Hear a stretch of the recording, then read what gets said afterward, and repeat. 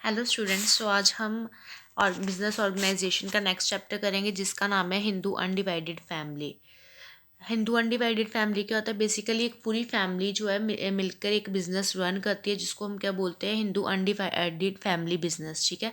इसमें जो वो फैमिली का जो हेड होता है उसको हम कर्ता बोलते हैं, और वो जो कर्ता होता है वही क्या करता है, सारे बिजनेस को मैनेज और कंट्रोल करता है। ठीक है। ये जो हिंदू अनडिवाइडेड फैमिली है, इसके फीचर्स क्या है? इसके फीचर्स क्या है? इसको जो गवर्न करती है, जो इसको बनाती है, वो कौन बनाता है? हिंदू लॉ बनाता है इसको। जो भी इसकी राइट्स एंड रिस्पॉन्सिबिलिटीज़ है वो सारी जो हिंदू लॉ बनाता है उसी को फॉलो करती हैं। नेक्स्ट है मेंबरशिप। कहते हैं जो जॉइंट हिंदू फैमिली ऑर्गेनाइजेशन है, इसमें कम से कम तो एक मेल चाइल्ड होना ही चाहिए, मतलब एक लड़का होना चाहिए उस फैमिली का। ठीक है। आप ये नहीं कर सकते कि अगर सपोज करो कोई फैमिली है, हिंदू अनडिवाइडेड फैमिली, लेकिन उसमें कोई लड़का नहीं है, तो वो हिंदू अनडिवाइडेड फैमिली जो है आगे रन नहीं हो सकती। और आप बाहर से कोई आउटसाइड का मेल नहीं ले सकते हो। आप ऐसा कर सकते हो कि अगर आपकी फैमिली में कोई लड़का नहीं है और आपने ये हिंदू अनडिवाइडेड फैमिली बिजनेस शुरू करना है, तो आप अडॉप्ट कर सकते हो मेल चाइल्ड को, लेकिन आप आउटसाइड से किसी और मेल को लेके ये नहीं कर सकते कि आप अपना फैमिली बिजनेस शुरू कर लो। ऐसे नहीं होगा। ठीक है। Next, continuity. कहते the existence of joint Hindu family firm remains totally unaffected by death. अगर किसी की डेथ हो जाती है तो उसका कोई इफेक्ट नहीं पड़ता बिजनेस पर, बिजनेस चलता ही रहता है। फॉर एग्जाम्पल, हेड की करता की डेथ हो जाती है तो उससे नेक्स्ट वाला जो उससे जूनियर होएगा, इमीडिएट जूनियर होएगा, उसको उसकी पोजीशन मिल जाएगी करता की, लेकिन फर्म बंद नहीं होती है। ठीक है। Next, management. जो भी मैनेज होता है वो सारा कौन करता है? वह हिंदू अनडिवाइडेड फैमिली को मैनेज कौन करता है? करता है जो हेड होता है। लाइबिलिटी क्या है इसकी? अनलिमिटेड होती है। अनलिमिटेड लाइबिलिटी का मतलब ये है कि कोई लिमिट नहीं। अगर किसी को 1 लाख देना है आपने, तो आपके पास चाहे 80,000 है, चाहे 20,000 बाहर से ला के दो, अपने पर्सनल एसेट बेच के, जो आपकी लाइबिलिटी अनलिमिटेड है, आपको पैसे पूरे देने पड़ेंगे, चाहे अपने पर्सनल एसेट बेच के बाकी का 20,000 दो। ठीक है। Minor member. कोई छोटा बच्चा माइनर माइनर होता है जो 18 साल से नीचे होता है। अगर कोई 18 साल से नीचे का बच्चा जॉइंट इंडो फैमिली में बॉर्न हुआ है, जन्म हुआ है उसका, तो वो भी क्या है, जॉइंट इंडो फैमिली का मेंबर बन सकता है। ठीक है। इम्प्लाइड। वैसे जो बाकी फर्म्स होती है, कंपनीज होती हैं, सोल ट्रेडर, उसमें आप माइनर को जो है मेंबर नहीं बना सकते, क्योंकि 18 साल से छोटे बच्चे को नॉलेज नहीं होती। लेकिन जो जॉइंट हिंदू फैमिली, अगर उसमें कोई बच्चा जन्म लेता है, बॉर्न करता है, और वो जो बॉर्न करेगा वो तो 18 ईयर से नीचे ही होएगा ना, माइनर ही होएगा, तो वो भी मेंबर होएगा। ठीक है। क्योंकि पूरी फैमिली बिजनेस है। इम्प्लाइड अथॉरिटी करता है as implied authority to bind the other corporation to the third parties to the extent of their coparcenary interest for the family business. कहते करता होता है जो हेड होता है, उसके पास अथॉरिटी होती है कि अगर वो थर्ड पार्टी जो है उसका इंटरेस्ट है फैमिली बिजनेस में, तो उसको क्या फैमिली बिजनेस में ज्वाइन करवाना चाहिए और नहीं करवाना चाहिए। इसकी अथॉरिटी किसके पास होती है? कर्ता के पास, हेड के पास होती है। No access to account. No corporation has access to the books of accounts to know about the। अब देखो, it's not at all accountable to other corporation. कहते किसी भी थर्ड पर्सन को ये राइट नहीं है कि जो भी family Hindu undivided family business में प्रॉफिट एंड लॉस हो रहे हैं उसको जानने का, असेस करने का राइट किसी के पास भी नहीं है। ठीक है। Number of members. इसमें मिनिमम 2 मेंबर्स होते हैं और मैक्सिमम की कोई लिमिट नहीं होती। ठीक है। Next, advantage. इसमें आप प्रॉम्प्ट डिसीजन ले सकते हो, क्योंकि कर्ता नहीं सारे डिसीजंस लेने होते, तो जो कर्ता को अच्छा लगेगा वो जल्दी से डिसीजन ले लेगा। Freedom in choice of business. कर्ता जो है उस सुप्रीम अथॉरिटी होती है, उसको जो बिज़नेस अच्छा लगता है वो है चूज़ कर सकता है, जिसमें उसको लगता है कि हमारा बेनिफिट है। No legal formality. Family business है तो इसमें लीगल जो है इंटरवेंशन कम होती है, इंटरफेरेंस कम होती है गवर्नमेंट की। सीक्रेसी। इसमें कर्ता ही जो है वो होता है, क्या कहते हैं, हेड होता है, सारा जो भी है डिसीजन वगैरह वही लेता है, सारी इन्फॉर्मेशन कर्ता को के पास ही होती है और किसी के पास नहीं होती, तो ये एक सीक्रेसी में रखता है करता बाकी सारी इन्फॉर्मेशन को। कॉन्टीन्यूटी होती है कि किसी की डेथ का कोई इफेक्ट नहीं पड़ता फर्म के ऊपर। डिसिप्लिन्ड मैनेजमेंट करता जो है पूरे मैनेजमेंट बिजनेस के अंदर एक डिसिप्लिन बना के रखता है। फ्लेक्सिबिलिटी होती है। फ्लेक्सिबिलिटी का मतलब होता है चेंजेस लेके आते रहना।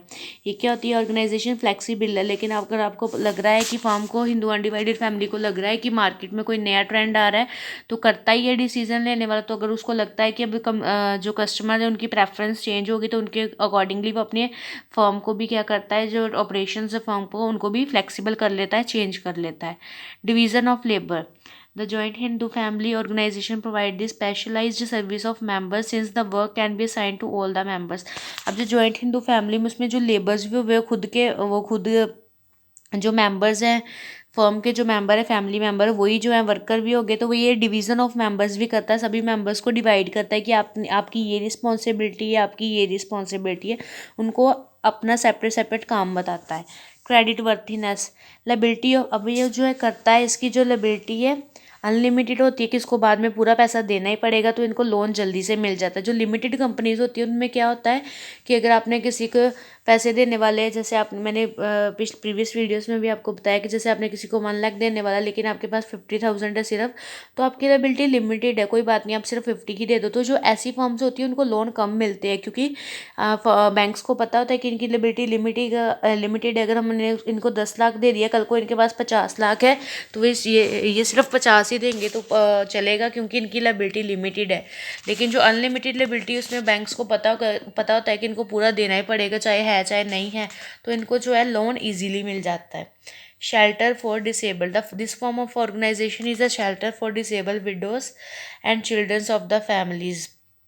कहते हैं ये जो ऑर्गेनाइजेशन है ये उन उन वो वाली फैमिलीज़ के लिए नहीं है जो जैसे जिनकी विडोज़, मतलब जो लेडीज़ विधवा हैं वो लिए, और जिनके जो पेरेंट्स वगैरह नहीं है उनके लिए ये जो है डिसेबल है, ये एबल नहीं है, ये सूटेबल नहीं है बिजनेस, ये उसी के लिए सूटेबल है जो family member proper joint family है, पूरी फैमिली है, उनके लिए। अकेले बंदे के लिए, जैसे कोई विधवा है जिसका हस्बैंड नहीं है, तो उन लोगों के लिए ये पॉसिबल सूटेबल नहीं है।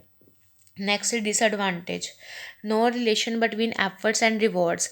अब जैसे खुद के ही फैमिली मेम्बर्स है, ठीक है, तो इसमें कोई रिलेशन नहीं है कि जैसे जैसे कंपनीज होती है तो जो वर्कर्स उनमें काम करते हैं वो बाहर वाले होते हैं, तो उन वर्कर्स को पता होता है कि हम ज़्यादा एफर्ट्स लगाएंगे तो हमें रिवॉर्ड्स मिलेंगे, ठीक है।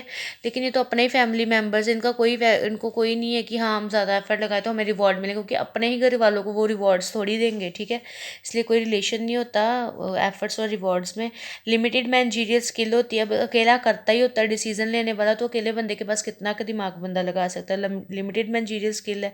इनस्टेबिलिटी होती है, इसमें कोई स्टेबिलिटी नहीं है, जैसे कि जो जॉइंट हिंदू फैमिली है वो करता ही चलाता है, ठीक है। अगर करते के बाद उन्होंने बोला ना कि जैसे कल को करता की डेथ हो जाए, तो प्रीवियस जो फीचर्स का सेकंड पॉइंट था हम उसमें करके आए थे कि एटलीस्ट 1 मेल होना चाहिए फॉर्म को चलाने के लिए, और अगर नहीं है करता के बाद तो फिर आप अडॉप्ट कर सकते हो, क्योंकि अगर कल को करता की डेथ हो जाती तो नेक्स्ट पर्सन होना चाहिए ना उसको चलाने वाला, फीमेल करता नहीं हो सकती, ठीक है।